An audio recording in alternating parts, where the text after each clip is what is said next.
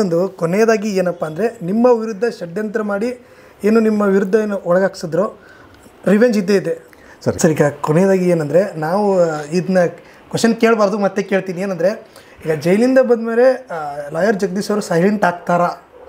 ಗೊತ್ತಿಲ್ಲ ಸರ್. ಯಾಕೆ sir silent ಆಗಬೇಕು ಸರ್? ಯಾರು ಆಸ್ತಿ ತಿಂದಿದ್ದೀನಿ ನಾನು? ಯಾವ ಕೆರೆ ಮಾರಿದ್ದೀನಿ?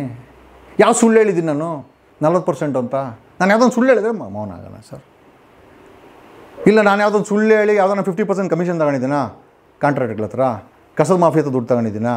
ಯಾವುದನ್ನ ಕೆರೆಗಳು ಮಾಡಿದ್ದೀನಿ? ಯಾವುದೋ 106 ಕೆರೆಗಳು ಮಾಡಿದ್ದೀನಾ? ಇಲ್ಲ ಯಾವುದನ್ನ ಡಿಕ್ಲರೇಷನ್ 1000 ಕೋಟಿ ರೂಪಾಯಿ ಡಿಕ್ಲೇರ್ ಮಾಡಿದ್ದೀನಾ? ಸದಾಶಿವನಗರದಲ್ಲಿ ಮನೆ ಮಾಡಿದ್ದೀನಾ? ಬೆಳಗಾಮಲ್ಲಿ ಮನೆಯನ್ನು ಕಟ್ಟಿದ್ದೀನಾ? ಹಾಂ, ನನಗೂ ಕೇಳಕ್ಕೆ ಬರ್ತದೆ ಸರ್. ಸರ್ ನಟ್ಟು ಬೋಲ್ಟು ಎಲ್ಲರ ಹತ್ರನೂ ಇದೆ ಸರ್.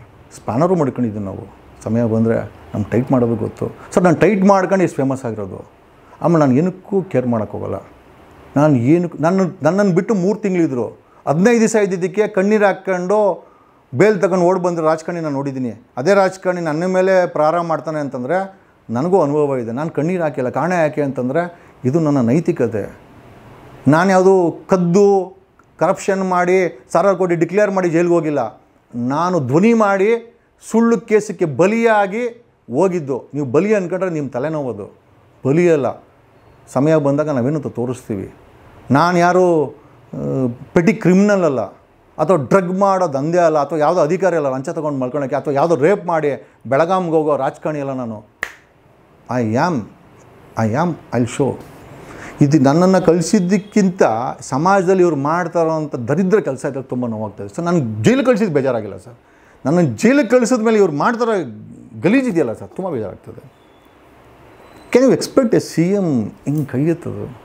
ಏನು ಮೆಸೇಜ್ ಕೊಟ್ಟರು ಅಂದರೆ ಸಮಾಜದಲ್ಲಿರೋರೆಲ್ಲ ಪೊಲೀಸರು ನುಣ್ಣು ಹೊಡೆದಾಕಿ ಅಂತನಾ? ಎಲ್ಲೋಗುತ್ತೆ ಸರ್ ಸಮಾಜ ಸರ್? ಕಾಡು ಹೋಗು ಅನ್ನುತ್ತೆ, ನಾಡು ಬಾ ಅನ್ನುತ್ತೆ.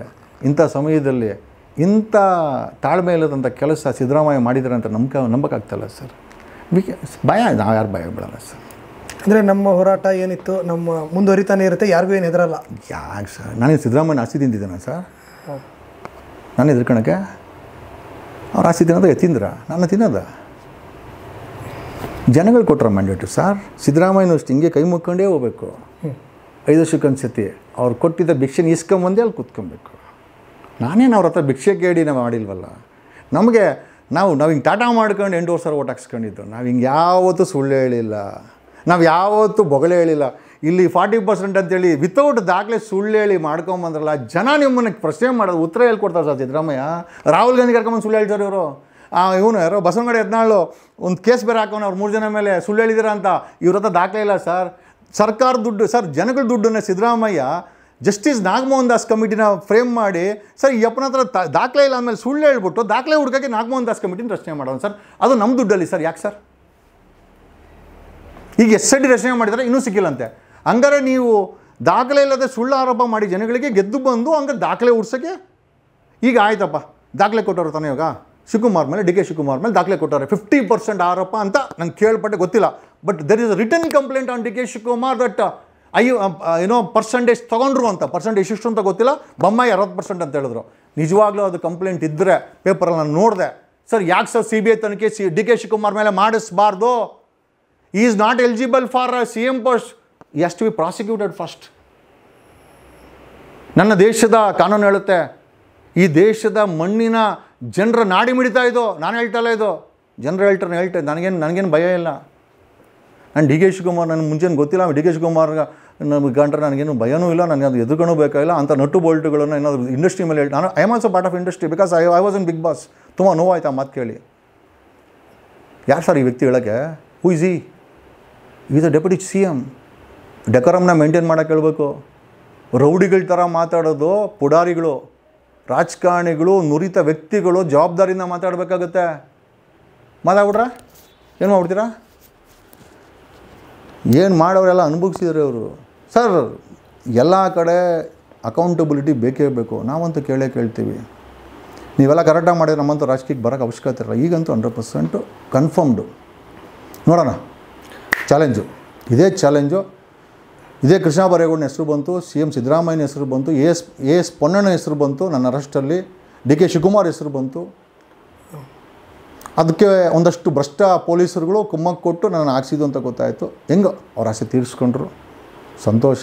ಈಗ ನಮ್ಮ ಆಸೆನೂ ತೀರ್ಸ್ಕೊತೀವಿ. ಮತ್ತೆ ಭಿಕ್ಷೆ ತಗೋಬೇಕು. ನೀವು ಎಲೆಕ್ಷನ್ ಹತ್ರ ಬರ್ತಾ ಇದೆ, ಹೋಗ್ಬೇಕಾಗತ್ತೆ.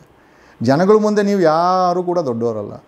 ಹಂಗೇನೋ ದೊಡ್ಡವರಾಗ್ಬಿಟ್ಟಿದ್ರೆ ಕುಮಾರಸ್ವಾಮಿ ಮಗ ನಿಖಿಲ್ ಕುಮಾರಸ್ವಾಮಿ ಗೆಲ್ಲಬೇಕಾಗಿತ್ತು. ಗೆಲ್ಲಲ್ಲ.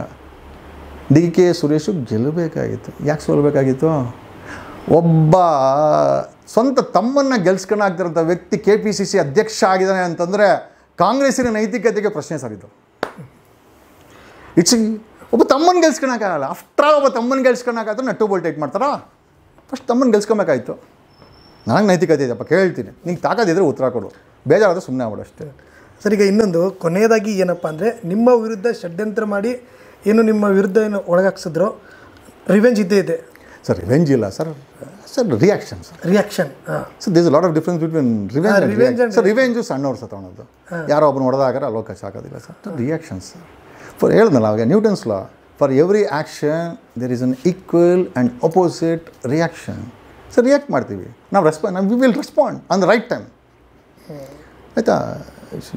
ಇರಲಿ.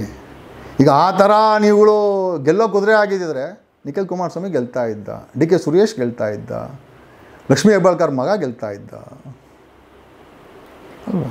ಗೆಲ್ಲಬೇಕಾಗಿತ್ತು. ಸಿದ್ದರಾಮಯ್ಯ ನೌಕಕ್ಕೆ ಅಲ್ಲಿ ನಿಂತ್ಕೊಬೇಕಾಗಿತ್ತು, ಮೈಸೂರು ಬಿಟ್ಬಿಟ್ಟು ಅಲ್ಲೇ ನಿಂತ್ಕೊಬೇಕಾಗಿತ್ತು. ಭಯ ಯಾರನ್ನೂ ಬಿಟ್ಟಿಲ್ಲ ಸರ್.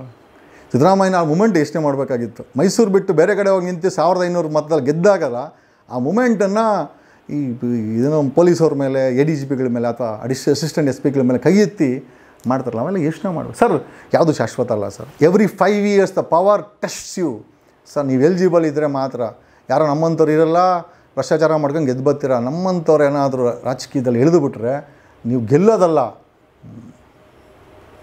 ಬಟ್ ಒಂದಂತೂ ನಿಜ ಸರ್. ಸರ್, ಹೊಸ ಯುವತಿಯರ ಪಡೆ ರಾಜಕೀಯಕ್ಕೆ ಬರಬೇಕು ಸರ್. ನಾನೊಬ್ಬನಿಂದ ಆಗತ್ತೆ ಅನ್ನೋದು ಸುಳ್ಳು ಸರ್. ಒಂದು ಸಂಘಟನೆ ಮಾಡ್ತಾಯಿದ್ದೀವಿ sir. We are organising across. ನಾವು ಕಾಂಗ್ರೆಸ್ ಅವ್ರ ಥರ ಪಾರ್ಟಿ ಆಫೀಸ್ ಕಟ್ತೀವಿ ಅಂತ ಹೇಳಲ್ಲ, ಸರ್ಕಾರನೇ ಕಟ್ತೀವಿ ನಾವು. ಯಾಕಂದರೆ ನಿಮ್ಮ ಸರ್ಕಾರ ಪಾರ್ಟಿ ಆಫೀಸ್ ಕಟ್ಟರೆ ಓಟ್ ಯಾವನಾಗ್ತಾನೆ ನಿಮ್ಗೆ? ಜನ ಓಟ್ ಹಾಕ್ಬೇಕಲ್ಲ. ಪಾರ್ಟಿ ಆಫೀಸ್ ಕಟ್ಬಿಟ್ರೆ ಕಟ್ಕೊಳ್ಳಿ, ದುಡ್ಡಿದೆ ಕಟ್ಕೊಳ್ಳಿ. ನಾವು ಮುಂದಿನ ಸತಿ ನಮ್ಮ ಹಣೆ ಬರೋ ನಾವೇ ಟೆಸ್ಟ್ ಮಾಡ್ಕೊತೀವಿ. ಓಕೆ ಸರ್, ನಿಮ್ಮ ಸಂಘಟನೆಗೆ ಒಳ್ಳೆಯದಾಗಲಿ. Thank you. I have to thank the media people. At least ನನ್ನನ್ನು ನೀವೆಲ್ಲ ಕೈ ಹಿಡಿದು ಅನ್ನೋದಕ್ಕಿಂತ ಅಟ್ಲೀಸ್ಟು ಒಂದು ಜಸ್ಟಿಸ್ ಅಂತ ನೀವೆಲ್ಲ ಕೊಟ್ಟರು. ಆ ಥರ ಭಯ ಬೀಳಂಗಿದ್ದಾರೆ ಸರ್. ಇದಕ್ಕೆ ಬರ್ತಾನೆ ಇರಲಿಲ್ಲ ಸರ್. ಯಾಕೆ ಸರ್ ಭಯ ಬೀಳಬೇಕು? ಹಾಂ, ಬಟ್ ಬೇಜಾರಂತೂ ಆಯಿತು. ನಟ್ಟು ಬೋಲ್ಟು ಅಂದಾಗ ಬೇಜಾರಾಯಿತು ಸರ್. ಯಾಕಂದ್ರೆ ನಾನು ಬಿಗ್ ಬಾಸಲ್ಲಿ ಹೋಗಿ ಬಂದಮೇಲೆ ನಾನು ಕೂಡ ಇಂಡಸ್ಟ್ರಿ ಒಂದು ಸಣ್ಣ ಭಾಗ ಸರ್. ನಾನು ಎಷ್ಟು ಥರ ಒಂದು ದೊಡ್ಡ ಸ್ಟಾರ್ ಅಂತ ಹೇಳೋಕ್ಕಲ್ಲ. I am not a star sir. I am a small lamp, ಒಂದು ದೀಪ ಅಂತ ಅನ್ಕೊಳ್ಳಿ. ನಂದೊಂದು ಲೆವೆಲ್ಲು ಇಂಡಸ್ಟ್ರಿಯಲ್ಲಿ ದೀಪ. ನೀವು ಅಲ್ಲಿ ಬರಿಲ್ಲ ಏನೋ ಅದಕ್ಕೆ ಮೇಕೆದಾಟಕ್ಕೆ ಬರಿಲ್ಲ ಅಂದರೆ ಕರೆಕ್ಟ್ ಗುರು. ಮೇಕೆದಾಟು ಇರಲಿ, ಬೆಂಗಳೂರಲ್ಲಿ ಇದು ಕೆರೆಗಳು ಏನು ಮಾಡಿದೆ ಗುರು? ಆಡಿಟ್ ಮಾಡಿಸು, ಗೆಟ್ ಇಟ್ ಆಡಿಟ್ ಅಣ್ಣ. ಸರ್, ಆಡಿಟ್ ಮಾಡಬೇಕಾ ಬೇಡ ಸರ್? 1240 ಕೆರೆಗಳು ಸರ್ ಬೆಂಗಳೂರಲ್ಲಿ ಮಾಯ ಆಗಿದೆ ಸರ್. ಕರ್ನಾಟಕದಲ್ಲಿ 11,000 ಕೆರೆ ಮಾಯ ಆಗಿದೆ ಸರ್. ಸರ್, ಆಡಿಟ್ ಮಾಡಬೇಕಾ ಬೇಡ? ನೀವೇ ಹೇಳಿ ಸರ್. ನಾವ್ಯಾಕೆ ಸರ್ ಎಲ್ಲಿಂದ ನೀರ್ಕೋ ನಾವ್ಯಾಕೆ ಸರ್? ಯಾರೋ ಯಾವಾಗೋ ಮಳೆ ಬೀಳ್ತು ಅಂತ ಕನ್ಸ್ಕೊಳ್ಳೋ ವ್ಯಕ್ತಿ ಅಲ್ಲ ಸರ್. ನಮ್ಮ ಕೆರೆಗಳವೆ, ನಮ್ಮ ಕೆರೆಗಳನ್ನ ಮರುಕಳಿಸಿ. ಕೆಂಪೇಗೌಡರು ಈ ಬೆಂಗಳೂರನ್ನ ಕಟ್ಟಿ ಆ ಕೆರೆಗಳನ್ನು ನಮ್ಗೆ ಬಳುವಳಿಯಾಗಿ ಕೊಟ್ಟಿದ್ರು. ಡಿ ಕೆ ಶಿವಕುಮಾರ್ ಒಬ್ಬ ಒಕ್ಕಲಿಗನಾಗಿ ನಾನು ನಿಜವಾಗ್ಲೂ ಸ್ವಾಮೀಜಿಯವ್ರನ್ನ ಯಾವಾಗ ಹೋಗಿ ಕೇಳಬೇಕು ಅಂತಿದ್ದೀನಿ. ಸ್ವಾಮೀಜಿ ಈ ಥರ ಕಳವಾಗ್ಬಿಟ್ಟಿದ್ದೆ ನಮ್ಮ ಕೆಂಪೇಗೌಡರು ಕೆರೆಯವರು.